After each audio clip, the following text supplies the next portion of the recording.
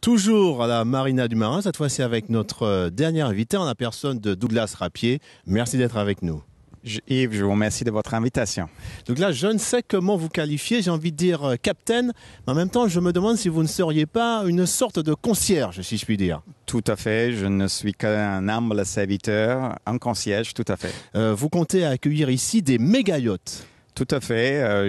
Ça fait maintenant 4 années que je fais la promotion de la Martinique à cette industrie avec une certaine réussite car nous avons à multiplier l'activité par un facteur de 5. Alors nous l'avons vu tout au long de cette émission, c'est vrai que cela est un projet non pas utopique mais réaliste, vous en êtes l'exemple vivant, cela se fera très bientôt ?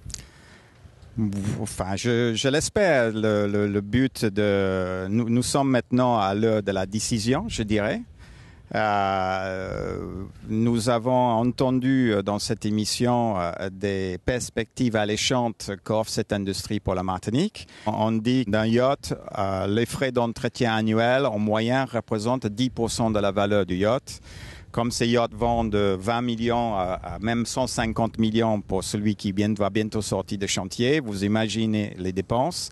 On a une tendance d'oublier que ça fait longtemps qu'on a quitté l'état de poisson et tout ce que fabrique l'homme n'est pas très compatible avec la mer et donc les choses finissent par casser, s'abîmer et ces yachts sont en permanence en réparation parce qu'une de leurs marques, c'est que tout doit être parfait tout le temps.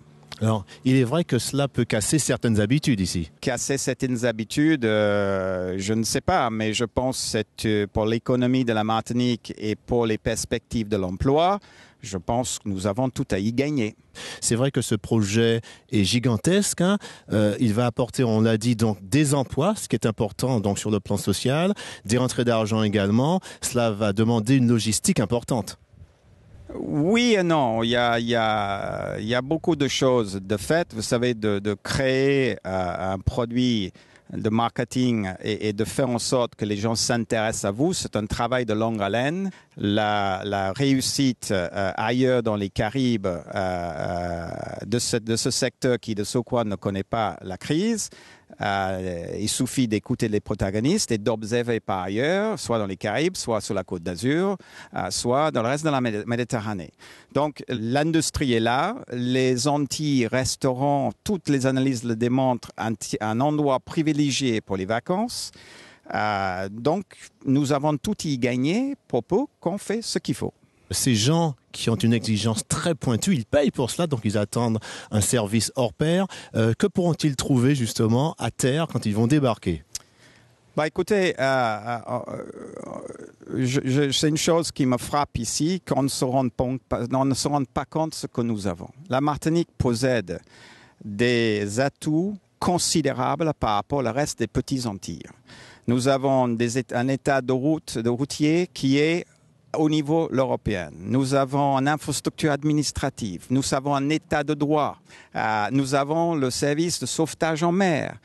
Avec tous ces avantages, logiquement, la Martinique devrait enfoncer nos concurrents. Or, nous sommes la lanterne rouge de tourisme international dans les Caraïbes. Nous devons adresser cette spécificité martiniquaise. Alors, vous l'avez dit, nous sommes lanterne rouge, mais pour que cela change, il faudra effectivement donc que votre projet aboutisse. Avez-vous des aides pour cela ?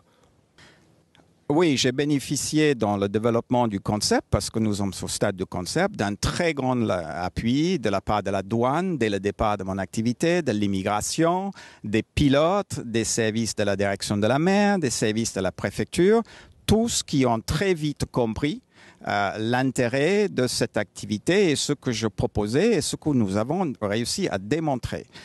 Pas si longtemps d'ailleurs, le Conseil général, également avec l'aide du Comité martiniquais de tourisme et avec bien sûr tout l'appui de la commune du Marin, a ouvert un peu les portes qui nous a permis d'obtenir des datas nécessaires pour le développement conceptuel du projet. Tout à fait. On se donne rendez-vous donc pour l'inauguration ? Écoutez, ça dépend pas que de moi. Tout d'abord, pour prendre un peu de recul, une des choses que j'ai vite compris et que j'ai donc mis les choses en stratégie en place, un navire ne vient pas simplement parce qu'il y a des pontons. Ça ne suffit pas. Ce qu'il nous faut créer, c'est notre lieu du style, du type Friday Night à Anse-Larrey à Sainte-Lucie, Au mieux encore, car mondialement connu, le marché de poissons d'Oistins à la Babade. Un lieu où nous, les Martiniquais, puissent exprimer toute notre culture et héritage créole, tant architectural, qu'on oublie trop souvent malheureusement, que culinaire, dont nous avons entièrement raison d'en être fiers.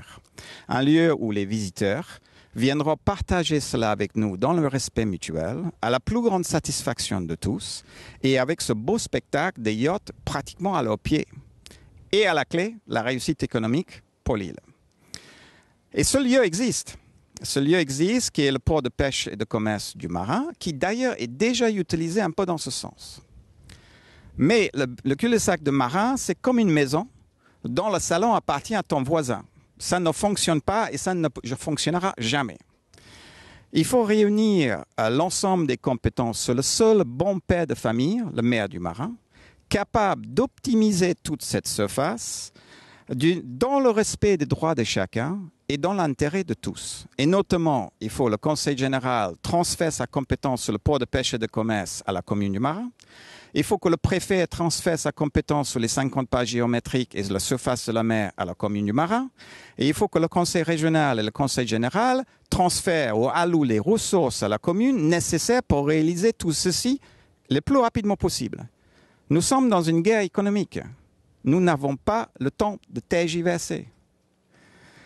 Le travail préparatif a été fait dans le détail et dans la profondeur avec un grand concours des gens compétents et d'ailleurs dans le circuit d'approbation du projet.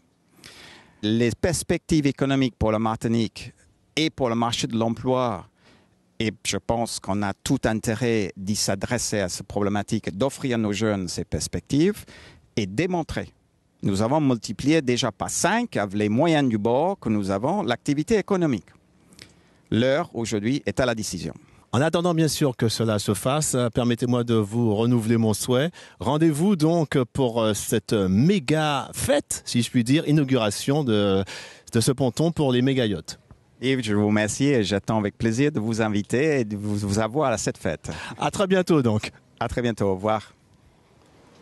Et bien voilà, ce magazine produit par Carambone Média et réalisé par Fabien Raymond est terminé. Il me reste à remercier toute l'équipe de la capitainerie ainsi que l'Office du tourisme du Marin. Et puis vous qui êtes fans, n'oubliez pas notre page Facebook, bien entendu également notre site internet www.latitudecaraïbes.com où vous pouvez déposer vos infos et événements. À très bientôt.